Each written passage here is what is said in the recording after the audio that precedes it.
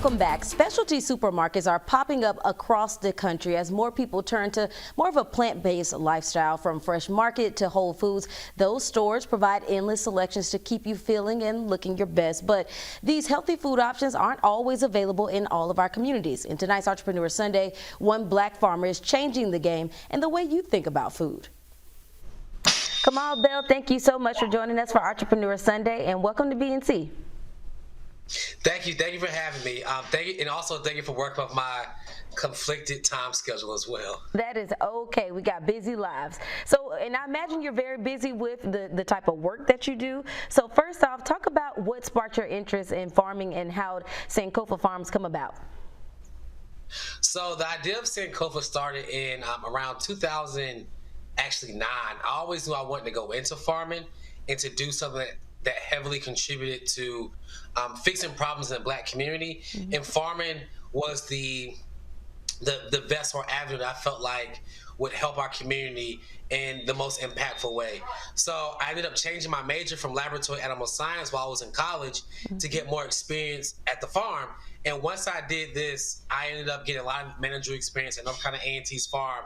And this is what gave me my backbone and it sparked my interest to continue pushing forward with farming. So when we started Sankofa Farms in 2016, I already had an idea of these things called food deserts. Mm-hmm. And I wanted to be able to use our farm to address the issue of food deserts. And once I did that, I ended up finding so many different avenues that connected, or different pathways that made up food deserts, that were things in all avenues that impacted the black community. So we're trying to have our farm reflect the how a food desert, what factors go into creating a food desert. So our farm must address those things. Mm-hmm. And it's a very, very important job. So, you know, many communities of color across the nation struggle with food deserts. Why are farm source supermarkets hard to find in the minority communities?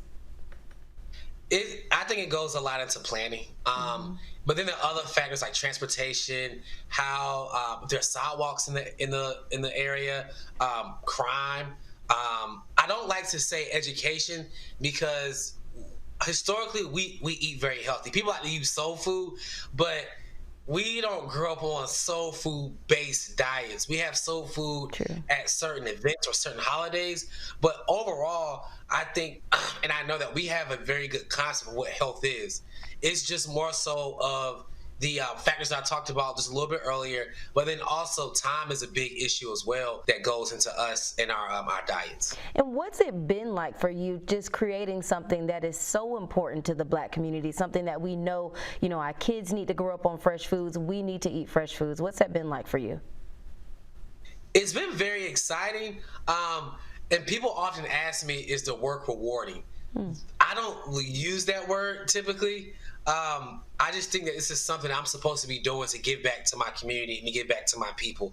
So watching the students change their perspective of how food is produced and where it's coming from, that's really cool. But overall, I think the overarching lesson in that is sustainability. You have to learn how to sustain yourself, and you shouldn't have to depend on a larger system that we've already had conflict with to sustain you. And Kamal, tell us about Sankofa Farms Educational Academy. You actually created it to change the perception of STEM and agriculture careers in the black communities. What type of impact does this have on those students? I know it's a major job.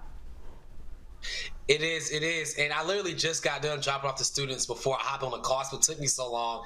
And just seeing them get exposed to activities and ideas that they wouldn't have access to unless they were at the farm is pretty special, because even though it is a farm, we have to envision and redefine what a farm looks like for us.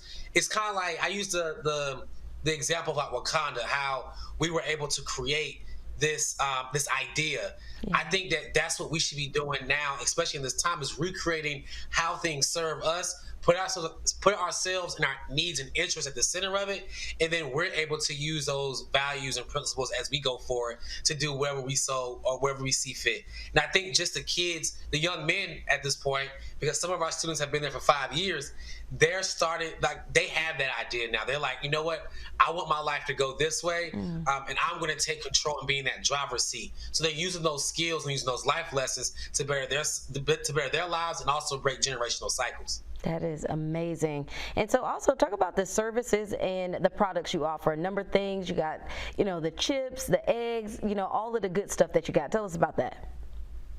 So we do so much at the farm now.